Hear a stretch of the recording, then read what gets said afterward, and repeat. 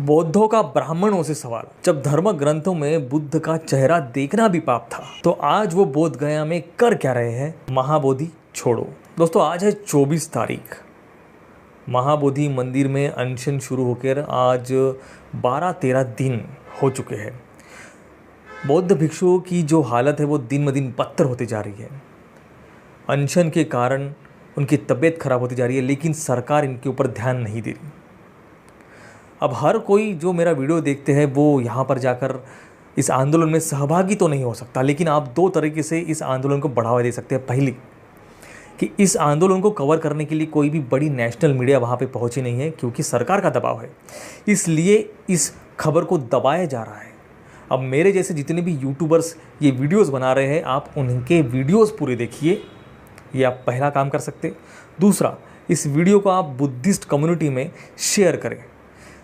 आप अपने घर में जितने भी मेंबर हो उनको भी शेयर करने के लिए बोले और इस वीडियो को पूरा देखें, ताकि ये वीडियो रैंक करे। मेरी ही नहीं, चाहे आप किसी की भी वीडियो देखिए, लेकिन देखिए ज़रूर। पिछले 10-12 दिन से वहाँ पर क्या हो रहा है इसकी पूरी रिपोर्ट लेकर आया हो, तो वीडियो को दोस्तों अंत तक जरूर देखना। महाबोधि मंदिर के प्रबंधक को बौद्ध समुदाय को सौंपने की वर्षों से लंबित मांग को लेकर सैकड़ों बौद्ध भिक्षु और अनुयायी भूख हड़ताल पर बैठे हैं।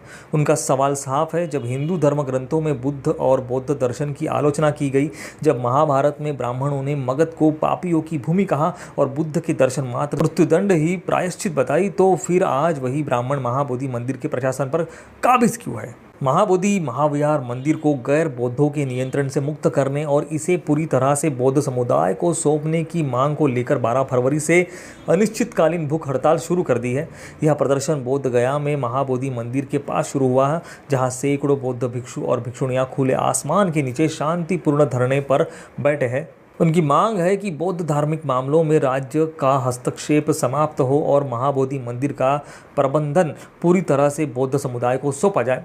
आंदोलन स्थल में देश भर से अनुयायी पहुंच रहे हैं। त्रिपुरा, लद्दाख, उत्तर प्रदेश, महाराष्ट्र आदि से लोग यहां पहुंचकर इस महा आंदोलन में अपनी भागीदारी और समर्थन जाहिर कर रहे हैं। यही नहीं, देश विदेश से भी बौद्ध भिक्षु यहां पर आकर अनशन कर रहे हैं। अनशनकर्ताओं का कहना है कि विश्व के पवित्र महाबोधि महाविहार का वैदिक ब्राह्मणों द्वारा ब्राह्मणीकरण किया जा रहा है।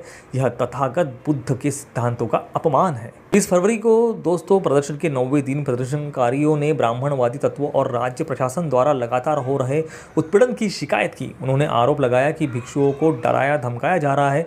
उनकी शांतिपूर्ण सभा को भंग करने के लिए जानबूझकर तेज आवाज़ें पैदा की जा रही है और सरकारी अधिकारी उनसे बातचीत करने से भी इनकार कर रहे हैं। आंदोलन से जुड़े डॉक्टर विकास खरात ने इस मुद्दे पर विस्तार से बात करते हुए कहा कि महाबोधि महाविहार का मूल मालिक सम्राट अशोक है, जिन्होंने 1 लाख सोने की मुद्राएं खर्च कर यह महाविहार बनाया था। आज महंत ब्राह्मण इस पर कब्जा किया हुआ है, इसलिए यह आंदोलन चल रहा है। खरात ने आगे बताया, 1949 का एक्ट भारत के संविधान और अंतर्राष्ट्रीय सांस्कृतिक कानूनों के खिलाफ है। यह शुद्ध बौद्ध स्थल है, लेकिन बोध गया टेम्पल मैनेजमेंट कमेटी BTMC पर धर्म योगियों का कब्जा है। यहाँ BTMC के ब्राह्मण सदस्य मुख्य मंदिर में घंटी बजाते हैं और धूप जलाते हैं। यहाँ बुद्ध की मूर्तियों को पांडवों से जोड़कर प्रस्तुत किया जाता है। खरात ने आगे कहा कि पुष्पमित्र शुंग एक ब्राह्मण था, जिसने बौद्ध भिक्षुओं और भिक्षुणियों के सिर काटकर लाने वालों को 100 मुद्राएं देने की घोषणा की थी। शशांक नामक ब्राह्मण ने बोधि वृक्ष को उखाड़ फेंका था। ये सब देश की पहचान मिटाने का काम है। हम जो अनशन पर बैठे हैं, यह कोई मामूली लड़ाई नहीं है, यह देश की पहचान और गौरव को बचाने की लड़ाई है। उन्होंने यह भी बताया कि कैसे वर्षों से बुद्ध के स्थान को हिंदू मंदिर बताने के प्रयास किए गए हैं और इसे शिव मंदिर और पांडवों से जोड़ा गया है। खरात ने आगे कहा, भारत की पहचान बुद्ध और सम्राट अशोक से है। आज बुद्ध और अशोक को माइनस कर दो तो मगध की क्या पहचान है? देश का सिंबल अशोक सम्राट का चिन्ह है, शेर हमारा चिन्ह है, चक्र है। लेकिन कितनी दुर्भाग्यपूर्ण बात है कि यहाँ 84,000 स्तूप की स्थापना की गई थी, उसमें एक अशोका का स्तूप है जिसमें हाथी यानी बुद्ध लगे हुए थे। वो हाथी गायब हो गए हैं। वो हाथी 1890 में महंत की कोठी में मिला।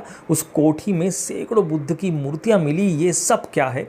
बुद्ध की विरासत किस प्रकार के लोगों के कब्जे में है। महाबोधि मंदिर के प्रबंधक को लेकर 1949 में बना बोध गया टेम्पल एक्ट इस मंदिर के प्रबंधक के लिए एक 9 सदस्यीय बोध गया टेम्पल मैनेजमेंट कमेटी BTMC का गठन करता है।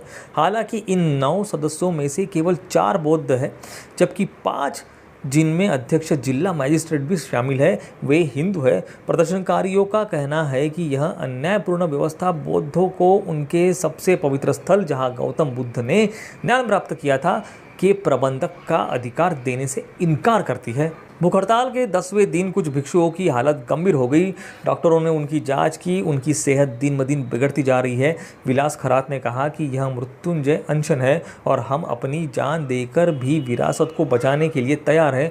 उन्होंने आरोप लगाया कि प्रशासन और पुलिस की मदद से इस आंदोलन को दबाने का प्रयास किया जा रहा है। उन्होंने कहा कि जिस तरह G20 के समय दिल्ली में सरकार ने हरे पर्दे लगाकर झुग्गी बस्तियों को छुपाया था, उसी तरह इस आंदोलन को दबाने के लिए हर तरह के हथकंडे अपनाए जा रहे हैं। गुरुवार को अनशन स्थल के बाहर एक बड़ी वैन खड़ी कर दी गई ताकि देश विदेश से आने वाले मेहमानों को यहाँ पर आंदोलन चल रहा है वो दिखाई ना पड़े। उन्होंने यह भी कहा कि BTMC का ध्येय केवल लाभ अर्जित करने पर केंद्रित है।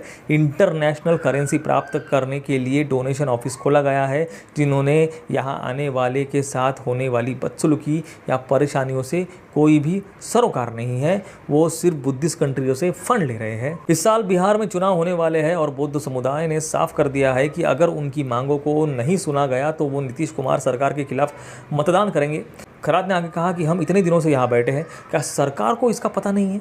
मुख्यमंत्री को अगले दिन यहाँ आना जाना चाहिए था। हमने सुना था वे बौद्ध धर्म से प्यार करते हैं, लेकिन सरकार ने बातचीत करने का कोई प्रयास नहीं किया। अब हमारा अनशन तब तक जारी रहेगा जब तक हमारी मांगें पूरी नहीं हो जाती। अगर हमारे जान देने से देश की पहचान बचाई जा सकती है तो हम इसके लिए भी तैयार हैं।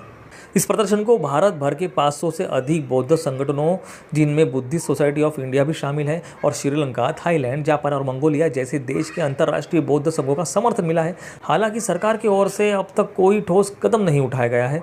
आंदोलन से जुड़े आकाश लामा ने कहा कि हर धार्मिक समुदाय को अपने पवित्र स्थलों पर पूरा नियंत्रण होता है, लेकिन बौद्धों को यह अधिकार नहीं दिया जा रहा है। सरकार महाबोधि मंदिर से राजस्व कमा रही है, लेकिन बौद्धों की मांगों को नज़रअंदाज कर रही है। दोस्तों, ये थी पिछली 12 दिन की रिपोर्ट। दोस्तों, हो सके तो इस वीडियो को ज़्यादा से ज़्यादा शेयर करना ना भूले, ताकि ये आंदोलन जो अभी उठा हुआ है ये आग की तरह भड़के और हमें जल्द ही महाबोधि मंदिर बौद्धों के हाथों में आ जाए।